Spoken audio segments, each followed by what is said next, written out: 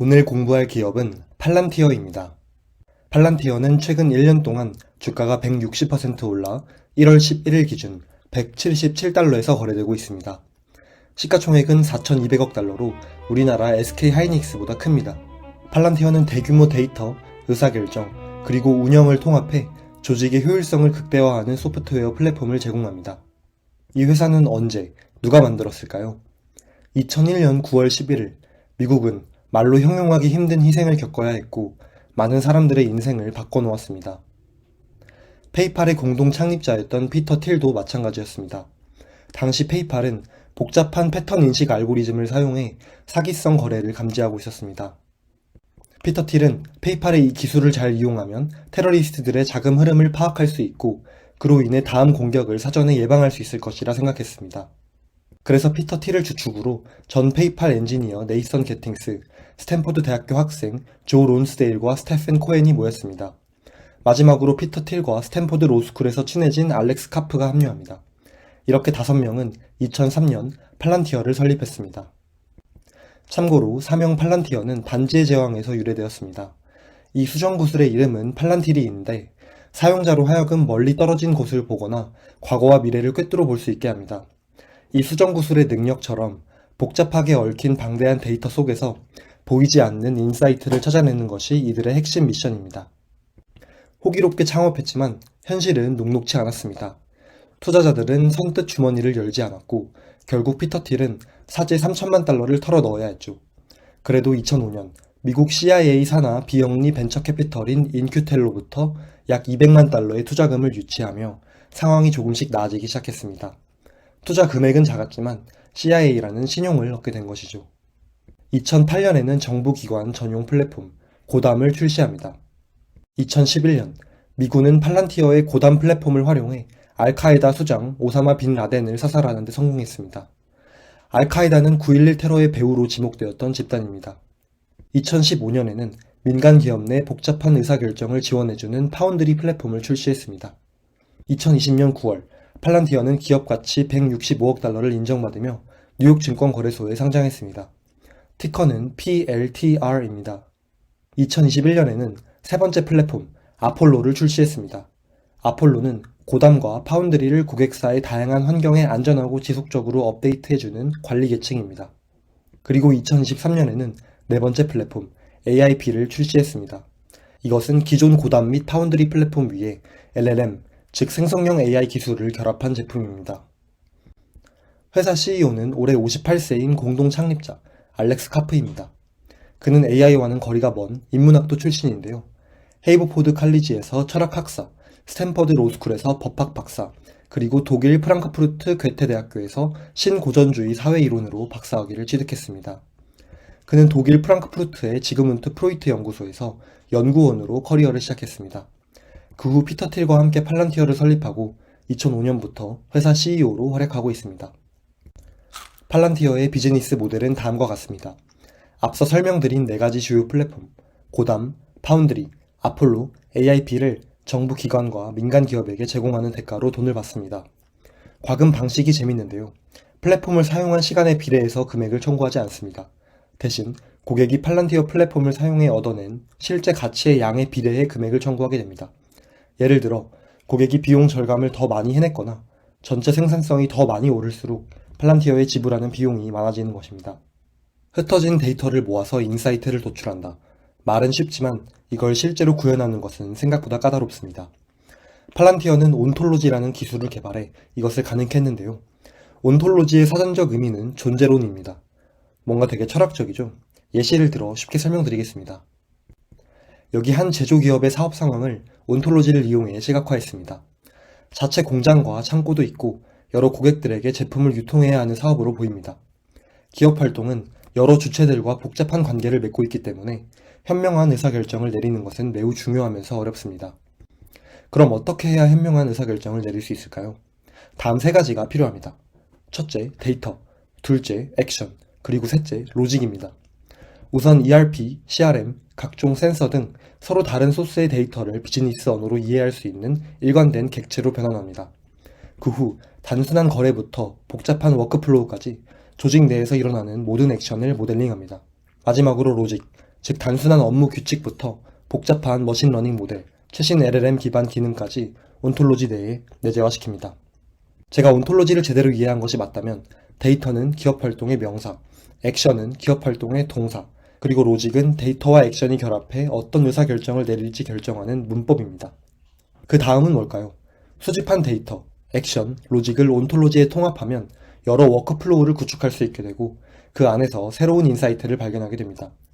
AIP의 경우 생성형 AI 모델이 온톨로지에 통합됨으로써 LLM이 데이터 자체뿐만 아니라 문맥을 알게 됩니다. 사업이 어떻게 진행되는지 그 전체 문맥 말이죠. 그로 인해 특정 업무의 자동화가 가능해집니다. 마지막으로 업무를 자동화해주고 의사결정을 지원해주는 그 고객사만의 애플리케이션이나 SDK를 개발할 수도 있습니다. 우리가 AI에 의존하게 하는 것이 아니라 AI가 인간의 의사결정을 잘 도와줄 수 있도록 하는 것이 팔란티어 온톨로지의 목표라고 보시면 됩니다. 팔란티어의 최근 5년간 실적입니다. 매출은 매년 가파르게 오르고 있으며 영업이익률의 증가 역시 놀랍습니다. 2021년 마이너스 26%, 2022년 마이너스 8%, 2023년 플러스 5%, 그리고 2024년 플러스 10%를 기록했습니다.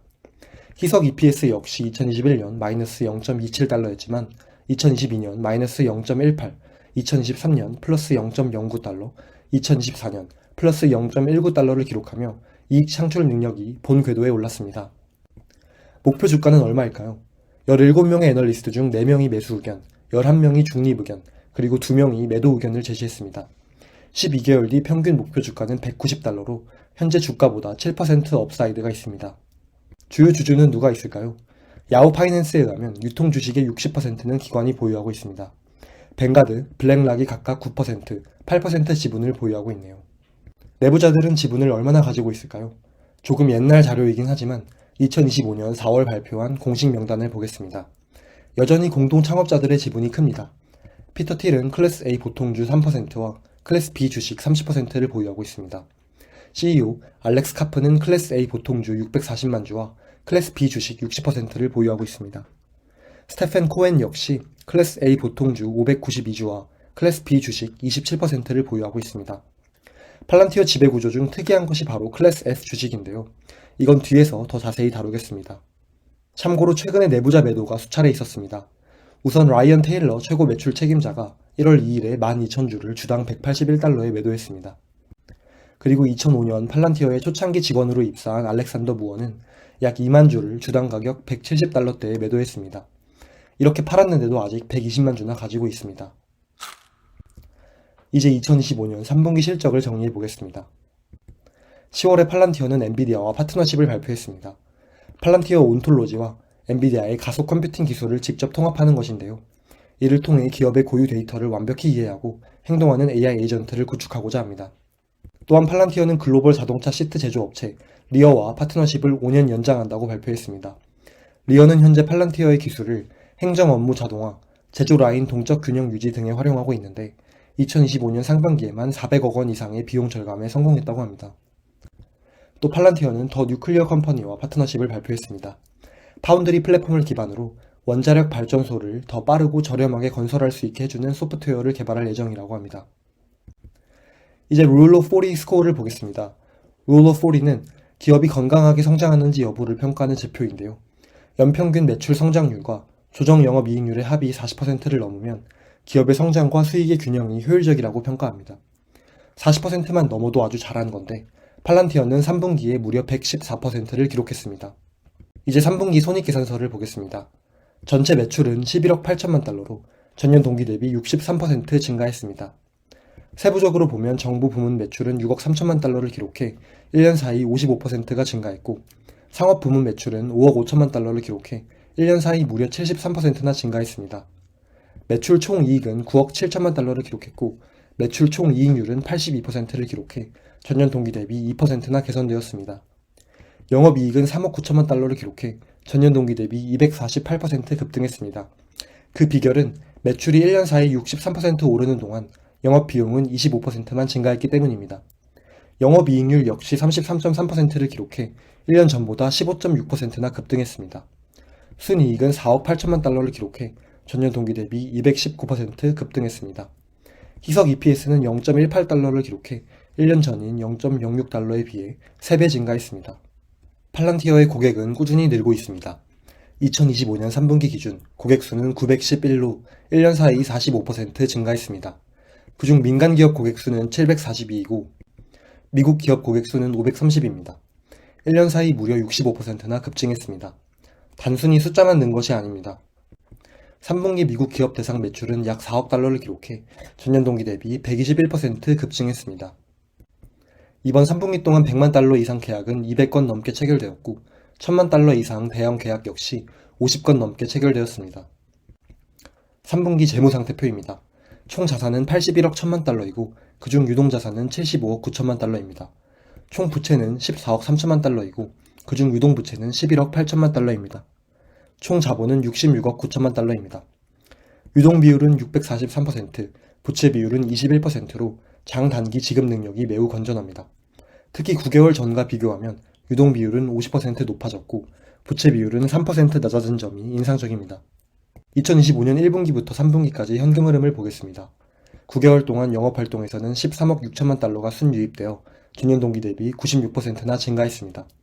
투자활동에서는 18억 3천만 달러가 순유출되었는데 이 중 17.3억 달러가 유가증권 순매수에 쓰였습니다. 재무활동에서는 약 2천만 달러가 순유출되었는데 그중 자사주 매입에 약 6천만 달러가 사용되었습니다. 9개월 동안 순현금 흐름은 마이너스 4억 8천만 달러이고 기말 현금 및 현금성 자산은 16억 4천만 달러입니다. 3분기 실적 호조에 힘입어 회사는 2025년 전체 가이던스를 상향했습니다. 기존에는 2025년 연 매출을 최대 41억 5천만 달러, 조정 영업이익을 19억 2천만 달러로 예상했지만 신규 가이던스는 연 매출 최대 44억 달러, 조정 영업이익 최대 21억 5,500만 달러를 제시했습니다. 어닝콜 후 경영진과 애널리스트 간의 Q&A가 있었습니다. 첫 번째, 팔란티어만의 독보적인 차별화 요소는 무엇입니까? 많은 기업들이 요즘 FDE라는 직함을 유행처럼 사용하지만 대부분 그 본질을 이해하지 못하고 있습니다. 우리의 성공 척도는 소프트웨어의 판매 유무가 아니라 문제의 해결 유무입니다. 10년 전 구축한 온톨로지는 오늘날 기업이 LLM에서 가치를 얻기 위한 필수 전제 조건이 되었으며 우리는 매일 가장 고통스럽고 복잡한 문제를 다루며 제품을 강화합니다. 앞서 FDE에 대한 설명이 잠깐 나왔는데 이게 뭘까요? FDE는 Forward Deployed Engineer의 약자로 현장 배치 엔지니어라고 이해하면 될 것 같습니다. 이들은 팔란티어 사무실이 아니라 고객사의 현장에 배치돼 이들과 함께 먹고 자며 일합니다. 그러다 보니 현장 실무자가 겪는 실제 병목 현상을 찾아낼 수 있고 궁극적으로 고객사들의 데이터들이 팔란티어의 플랫폼과 잘 결합되도록 채널 역할을 수행합니다. 두 번째, 부트캠프를 거친 기업들의 영업 사이클이 엄청나게 빨라지고 있습니다. 첫 접촉부터 실제 계약 체결까지의 과정에서 당신들을 놀라게 한 점은 무엇입니까? 현장에서 느끼는 가장 큰 변화는 고객사들이 이제 단순한 유스케이스 하나를 해보자고 오지 않는다는 것입니다. 경영진 전체가 찾아와 우리 조직 전체를 어떻게 팔란티어와 AIP 중심으로 재편할 것인가를 묻습니다. 과거에는 기업의 근본적인 경제 구조를 바꾸려면 상장 폐지 후 비공개 전환을 해야 했습니다. 하지만 우리는 상장된 상태 그대로 사모펀드 수준의 대대적인 조직 변혁을 제공하고 있습니다. 방금 부트캠프의 성과가 어마어마하다고 했는데 이게 대체 뭘까요? 팔란티어의 AIP 부트캠프는 고객이 팔란티어의 AIP를 활용해 단 1에서 5일 만에 실제 비즈니스 문제를 해결하는 실전형 집중 워크숍입니다. 말만 번지르르 한 것이 아니라 수년 동안 해결하지 못했던 문제를 단 며칠 만에 해결하는 것을 경험한 고객들은 팔란티어의 충성 고객이 될 가능성이 높습니다. 세 번째, 상업 부문 고객들의 행동 변화는 무엇이며 내부적으로 수요를 맞추기 위해 기술을 어떻게 활용하고 계십니까? 또 정부 부문에서 50% 이상의 성장을 거두었는데 향후 기회는 어떻게 보고 있나요? 고객들 사이에서 일종의 네트워크 효과가 나타나고 있습니다. 옆 회사는 팔란티어 플랫폼을 써서 수익 구조가 하룻밤 사이에 바뀌는데 자신들은 수천억 원을 쓰고도 아무 결과가 없다는 것을 보고 대안이 없다는 사실을 깨달았습니다. 우리는 영업사원을 늘리는 대신 AI FDE 같은 내부 기술 역량 강화에 주력했습니다. 그 결과 미국 시장에서 고성장을 거둘 수 있었습니다. 또한 정부사업은 현재 유럽, 중동, 아프리카 등 전 세계적인 갈등 상황 속에서 계속해서 성장할 것이라 전망합니다. 이제 팔란티어의 투자 포인트와 투자 리스크에 대해 생각해 보겠습니다. 첫 번째 투자 포인트는 미국 국방비가 점점 증가함에 따라 팔란티어가 정부를 대상으로 진행하는 사업이 수혜를 받을 수 있다는 점입니다. 트럼프 대통령은 2027 회계연도 국방 예산을 현행보다 50% 늘어난 1조 5천억 달러로 증액할 것을 요구했다고 합니다. 전체 매출의 절반이 미국 정부와의 계약에서 나오는 팔란티어 입장에서 이러한 기조는 나쁠 게 없어 보입니다. 두 번째 투자 포인트는 상업 부문의 성장이 매우 가파르다는 점입니다. 최근 7분기 연속 상업 부문의 매출은 증가하고 있으며 이번 2025년 3분기 역시 전년 동기 대비 73% 급증했습니다. 그런데 2025년 3분기 말 기준 팔란티어의 기업 고객 수는 742곳에 불과합니다. 정확한 데이터는 구하기 힘들지만 미국 대기업의 수는 최소 수천 개에 달합니다. 즉, 이론적으로 팔란티어의 상업 부문 성장은 이제 시작입니다. 이제 반대로 투자 리스크에 대해 생각해 보겠습니다. 첫 번째 투자 리스크는 창업자 3인에게 집중된 의결권입니다. 팔란티어는 클래스 A, 클래스 B 주식 이외에 창업자 3인에게만 부여된 클래스 F 주식이 존재합니다. 클래스 A 주식은 한 주당 한 표, 클래스 B 주식은 한 주당 10표의 의결권을 가집니다. 그렇다면 클래스 F 주식은 어떨까요? 창업자 3인이 보유한 클래스 A, 클래스 B 주식의 의결권과 클래스 F의 의결권을 모두 합했을 때 전체 의결권의 49.999999%가 되도록 클래스 F의 표수가 자동으로 조정됩니다. 전제 조건이 하나 있는데요. 창업자들이 합산하여 1억 주 이상의 주식을 보유하고 있기만 하면 됩니다. 참고로 2025년 4월 기준 알렉스 카프는 7,700만 주, 피터 틸은 1억 주 이상의 주식을 가지고 있기 때문에 이 전제 조건은 어렵지 않게 달성됩니다. 즉, 외부 주주들이 아무리 많은 클래스 A 주식을 매수하더라도 창업자 3인은 항상 전체 의결권의 절반에 육박하는 힘을 유지하며 경영권을 방어할 수 있게 됩니다. 경영진이 추후에 전략적인 실수를 저지르거나 도덕적인 해이가 발생하더라도 주주총회를 통해 이들을 해임할 수 없다는 뜻입니다. 두 번째 투자 리스크는 미국을 제외한 상업 부문의 성장이 정체되어 있다는 점입니다. 앞서 전체 상업 부문의 성장이 매우 가파른 것을 강조했는데 사실 이 성장의 대부분은 미국 시장에서 발생했습니다. 그렇다면 미국을 뺀 나머지 국가들에 대한 성과는 어떨까요? 네, 거의 성장하지 못했습니다. 왜 팔란티어가 미국 시장에서는 날아다니지만 그 외 시장에서는 힘을 발휘하지 못할까요? 제 생각에는 상대적으로 미국 기업들은 경쟁자보다 앞서 나가기 위해 보다 공격적으로 투자하는 성향이 강하다면 유럽 기업들은 기술 선도보다 규제와 윤리를 우선시하는 분위기가 강하기 때문일 수도 있습니다. 아니면 단순히 미국 기업들의 자본이 유럽 기업들의 자본보다 많아 팔란티어의 비싼 서비스를 더 쉽게 받아들이는 것일 수도 있겠네요. 또는 팔란티어가 전략적으로 미국 시장 영업에 보다 큰 힘을 쏟고 있을 수도 있습니다. 이유가 뭐가 됐든 팔란티어가 글로벌 AI 강자로 자리매김하려면 미국 밖에서도 매출이 우상향할 수 있다는 것을 증명해야 할 것입니다. 이상 팔란티어에 대한 기업 분석을 마치겠습니다. 영상이 도움되셨다면 구독, 좋아요, 댓글 꼭 부탁드립니다. 큰 힘이 됩니다. 감사합니다.